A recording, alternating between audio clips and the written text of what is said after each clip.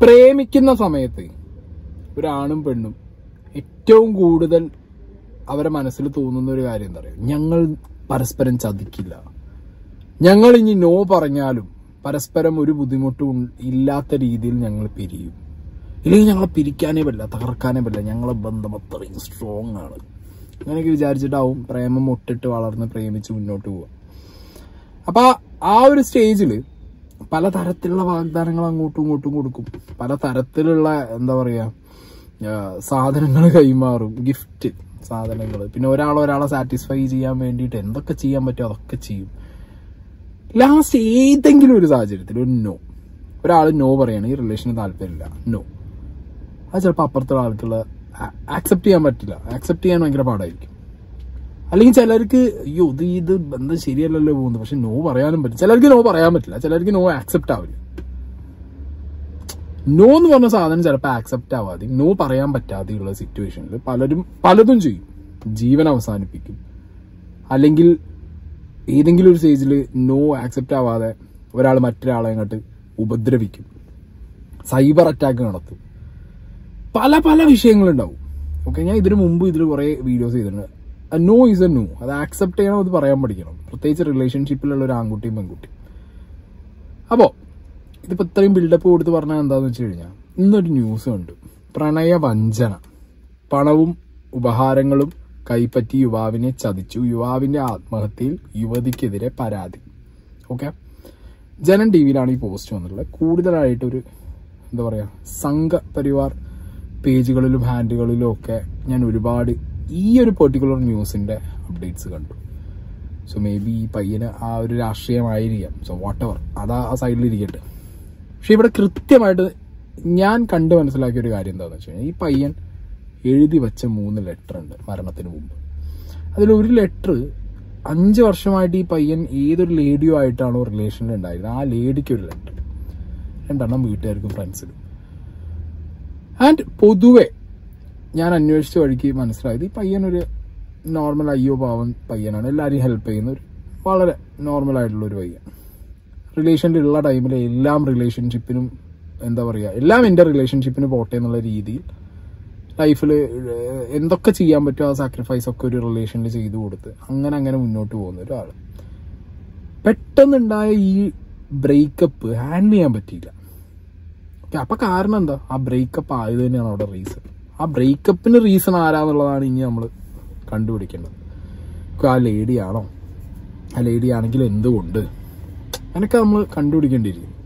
കാരണം ഞാൻ ഒരു ന്യൂസ് ഇവിടെ ആ കംപ്ലീറ്റ് ഒരു ന്യൂസ് ഞാൻ അവിടെ പ്ലേ ചെയ്യാം. ഇതിൽ പയ്യന്റെ അമ്മയും സംസാരിക്കുന്നുണ്ട്, അച്ഛനും സംസാരിക്കുന്നുണ്ട്. ഞാൻ പോയപ്പം അവൻ കരയുന്ന രംഗമാണ് ഞാൻ കണ്ടുകൊണ്ടിരുന്നത്. അവളോട് തൊഴിൽ പറയണം, എനിക്ക് നീ ഇല്ലാതെ പറ്റൂല, ഞാൻ ഇത്രയും ദിവസം 5 വർഷം കൊണ്ട് നിന്നെ പ്രണയിച്ചില്ലേ, നീ പെട്ടെന്ന് എന്നെ ഇങ്ങനെ മറക്കാൻ പറഞ്ഞു കഴിഞ്ഞാൽ ഞാൻ എങ്ങനെ മറക്കാൻ പറ്റും എന്നൊക്കെ അങ്ങോട്ട് പറഞ്ഞുകൊണ്ടിരിക്കും. അപ്പൊ നീ ഇല്ലാതെ എനിക്ക് ജീവിക്കാൻ പറ്റില്ല, എന്നാ നീ പോയി ചാവ് എന്ന് നിസ്സാരമായിട്ട് അവൾ അങ്ങനെ പറഞ്ഞു.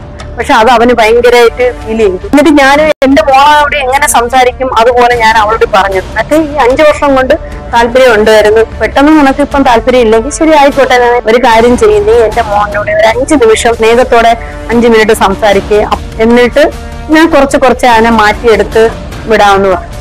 പക്ഷെ അവളത് കേട്ടില്ല. 5 വർഷം നീണ്ട പ്രണയം വീട്ടുകാർ വിവാഹം പറഞ്ഞുറപ്പിക്കുകയും ചെയ്തു. കാമുകി ബന്ധത്തിൽ നിന്ന് പിന്മാറിയതോടെ മാനസികമായി തകർന്ന യുവാവ് ആത്മഹത്യ ചെയ്തുവെന്നാണ് ആരോപണം. ധനുവച്ചപുരം കോളേജിലെ വിദ്യാർത്ഥിയായിരുന്നു. ബോൾ ബാഡ്മിന്റണിലും ആർച്ചറിയിലും ദേശീയ തലത്തിൽ വരെ മത്സരിച്ച മിഥു മോഹൻ. കോളേജിൽ ഒപ്പം പഠിച്ച പെൺകുട്ടിയോട് അടുപ്പത്തിലാവുകയും ചെയ്തു. മാല, ലാപ്ടോപ്പ്, ഐഫോൺ, ഫെൻസിംഗ് കിറ്റ് തുടങ്ങി പെൺകുട്ടിക്ക് ആവശ്യമായ പലതും യുവാവ് വാങ്ങി നൽകിയിരുന്നതായി സുഹൃത്തുക്കൾ പറയുന്നു. 3 ലക്ഷം രൂപയും നൽകി. മരണാന്തര വൈദ്യുതി 3 ലക്ഷം രൂപ, അവന്റെ കരുത്തിൽ കിടന്ന ഒരു ചെയിന്, ഒരു 75 രൂപയ്ക്കുള്ള ഒരു ഐഫോണ്, ഞാൻ അവന് വാങ്ങി ഉപയോഗിക്കാൻ കൊടുത്ത ഒരു ലാപ്ടോപ്പ് എന്നിവ കൈക്കലാക്കി. വസ്ത്രങ്ങളും അതും ഇതും. പിന്നെ അവള് കാര്യവട്ടം കോളേജിലാണ് പഠിക്കുന്നത്. അവള് പഠിച്ചിട്ട് അവിടെ ഇറങ്ങി ചേട്ടാ എന്നെ വന്ന് കൊണ്ടുപോകുന്ന പറഞ്ഞാൽ ഇവിടുന്ന് കാറെടുത്തുണ്ടെങ്കിൽ കൂട്ടിക്കൊണ്ടുവരികയൊക്കെ ചെയ്യുമായിരുന്നു. പെട്ടെന്നൊരു സുപ്രഭാതത്തിൽ അവൾ വേറൊരു കമ്പനിയാവുകയും എന്റെ മോനെ മാനസികമായി തകർക്കുകയും ചെയ്തു. എന്റെ മോനെ നിരന്തരം പോയി ചാകട, പോയി മരിക്കട, അത് ചെയ്യട ഇത് ചെയ്യട എന്ന് പറഞ്ഞിട്ട് ഫോൺ വിളിക്കുമ്പോഴൊക്കെ പറയാമായിരുന്നു. ഉപരിപഠനത്തിനായി പോയ പെൺകുട്ടി അവിടെ മറ്റൊരു യുവാവുമായി അടുപ്പത്തിലാവുകയും മിഥുനുമായുള്ള ബന്ധത്തിൽ നിന്ന് പിന്മാറിയെന്നും പറയുന്നു. വിഷാദത്തിലേക്ക് വഴുതി വീണ യുവാവ് ഒടുവിൽ ആത്മഹത്യയിൽ അഭയം പ്രാപിച്ചു. ആത്മഹത്യാക്കുറിപ്പിന്റെയും മറ്റ് തെളിവുകളുടെയും അടിസ്ഥാനത്തിൽ കേസെടുക്കണമെന്നാവശ്യപ്പെട്ട് ബന്ധുക്കൾ നെയ്യാറ്റിൻകര പോലീസിൽ പരാതി നൽകി. അപ്പൊ ഇതാണ് നടന്ന സംഭവം എന്ന് ആ പയ്യന്റെ വീട്ടുകാർ പറയുന്നത്. ആ അമ്മ പറയുന്നത് നിങ്ങൾ ശ്രദ്ധിക്കണം. പോയി ചാവടാ. ഒരു റിലേഷൻ ബ്രേക്ക് ആയിട്ട് ഇങ്ങനെ എന്തെങ്കിലും ഒരു ഇൻസിഡന്റ് ഉണ്ടാവുന്നു, പെൺകുട്ടിയാണ് ജീവൻ അങ്ങോട്ട് കൊണ്ടുപോയി അവസാനിപ്പിച്ചെന്നുണ്ടെങ്കിൽ അയ്യോ ഇനി ആ ആണിന് കിട്ടാവുന്നൊന്നും ഉണ്ടാവില്ല. ഓക്കെ, ആണിന്റെ കാര്യം കഴിഞ്ഞ അവിടെ തീർന്നു. ഇതിപ്പോ ആണുങ്ങളാണ് ഇതേപോലെ ലൈക്ക് ഇത്രയും ഡിപ്രഷനിൽ എത്ര ആണുങ്ങൾ ഉണ്ടാവുമല്ലേ? ഈ കുറേ ഉണ്ട്. ആണ് കരയരുത്, ആണിന് സങ്കടം പാടില്ല, ആണ് അങ്ങനെ ആക്കണം, ആണ് ഇങ്ങനെ ആക്കണം, കുറേ പറയുന്നവരുണ്ട്. 5 കൊല്ലത്തെ ബന്ധം ഏകദേശം കല്യാണം വരെ ഉറപ്പിച്ചു എന്നാ പറയുന്നത്. അങ്ങനെ ഒരു ഉറപ്പിന്റെ മുകളിലൊക്കെ നിൽക്കുമ്പോൾ പെട്ടെന്ന് നീ പോയി ചാവും, ഈ ബന്ധത്തിന് താല്പര്യമില്ലാന്ന് ആ പെണ്ണ് പറഞ്ഞാൽ തീർന്നു പോവാ പയ്യൻ. തീർന്നു പോവല്ലേ? തീർന്നു പോയല്ലോ. ഇങ്ങനെ നമ്മുടെ സൊസൈറ്റിയിൽ എത്ര ആൺകുട്ടികൾ ഇങ്ങനെ ഇല്ലാതായിട്ടുണ്ട്. ലൈഫ് എത്ര പേരില്ലാതായിട്ടുണ്ട്? ഒരുപാട് പേരുണ്ടാവും. പക്ഷെ ആണുങ്ങളായതുകൊണ്ട് പ്രത്യേകിച്ച് ലൈം ലൈറ്റിൽ വരില്ല, വന്നാലും ഡിസ്കഷൻ ആവില്ല. ആണുങ്ങൾ അങ്ങനെയാണല്ലോ, പേപ്പറിന്ന് കെട്ടിയതാണ്, പിന്നെ അങ്ങനെ തന്നെയാവും. പിന്നെ ഈ പെണ്ണിന്റെ ഫോട്ടോ കാണിക്കുന്നതിനുള്ള നിയമപരമായിട്ടുള്ള തടസ്സങ്ങൾ ഭയങ്കര സീനാണ്. ഇതിപ്പോൾ FIR ഇട്ട് ഈ പെണ്ണിനെതിരെ ഒരു അന്വേഷണം ഉണ്ടെന്നുണ്ടെങ്കിൽ ധൈര്യമായിട്ട് എനിക്കും ഫോട്ടോ കാണിക്കാം. ഇനി പലരും വന്ന് ചോദിക്കണം. പക്ഷെ ഞാൻ അങ്ങനെ എന്താ പറയുക, എടുത്തു ചാടി ഒരു വീരശൂര പരാക്രമം ഞാൻ ചെയ്യുന്നില്ല.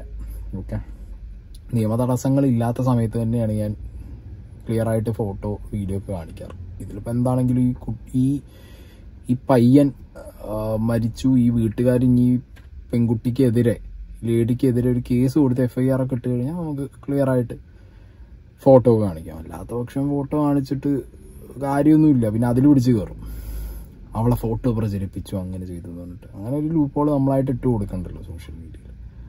പക്ഷെ ചെയ്തത് പ്രേമിക്കാം, ഇഷ്ടപ്പെടാം, നോ പറയാം, എല്ലാം ആവാം. പക്ഷെ അതിനൊരു മാന്യത വേണം.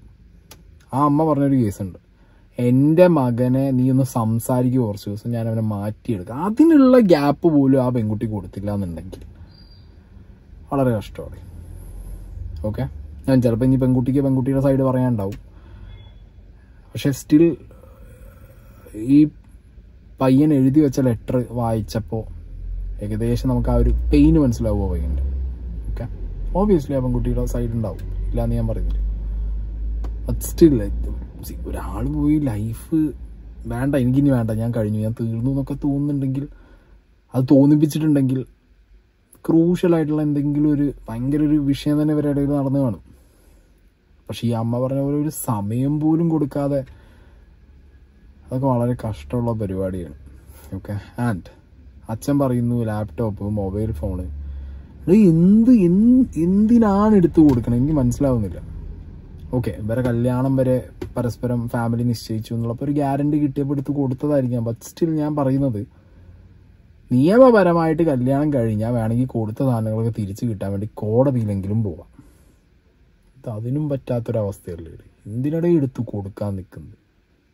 നമ്മൾ ഈ സാധനങ്ങൾ കൊടുത്തതിനേക്കാൾ കൂടുതൽ ഒരു റിലേഷൻഷിപ്പിൽ നമ്മൾ കൊടുക്കുന്നത് എന്താ പറയുക? ടൈം, നമ്മുടെ സമയമാണ്. നമ്മുടെ സമയം നമ്മളവിടെ ഇൻവെസ്റ്റ് ചെയ്യാണ്. നിങ്ങളൊന്ന് ആലോചിച്ച് നോക്ക്. ഞാൻ പ്രേമിച്ച് കല്യാണം കഴിച്ചതാണ്. എൻ്റെ പ്രേമം സക്സസ്ഫുള്ളായി സ്നേഹം എൻ്റെ ലൈഫിൽ ഇരിക്കുന്നത് കൊണ്ട് എനിക്ക് എൻ്റെ സമയത്തിന് ഒരു വിഷയമല്ല. ആ സമയം പോയതിലൊക്കെ ഞാൻ വെരി ഹാപ്പി. അല്ലെങ്കിൽ ഞാനിരുന്ന് ആലോചിക്കുക എന്താ അറിയോ, രാത്രിയൊക്കെ ഇരുന്ന് പുലർച്ചെ വരെ ഫോൺ കോൾ, കണ്ടിന്യൂസ് ഇയേഴ്സ് എല്ലാം പോട്ടെ, ഈ ഉറക്കം ഒഴിച്ചിട്ടൊക്കെ ഉള്ള പുലർച്ചെ വരെയുള്ള ഫോൺ കോളിലൊക്കെ പോണ സമയമൊക്കെ ഉണ്ടല്ലോ, അതൊരു സമയം പോടെ നമ്മളെ ഒരുപാട്. സക്സസ്ഫുൾ ആയാൽ ബി ആർ ഹാപ്പി, സക്സസ്ഫുൾ അല്ലെങ്കിൽ ബാക്കി എല്ലാം പോട്ട്, ഐഫോൺ പോട്ട്, ലാപ്ടോപ്പ് പോയിട്ട്, സാധനം പോയി, ഒലയ്ക്കും പോട്ട്, പോയ സമയം തിരിച്ചിട്ടു.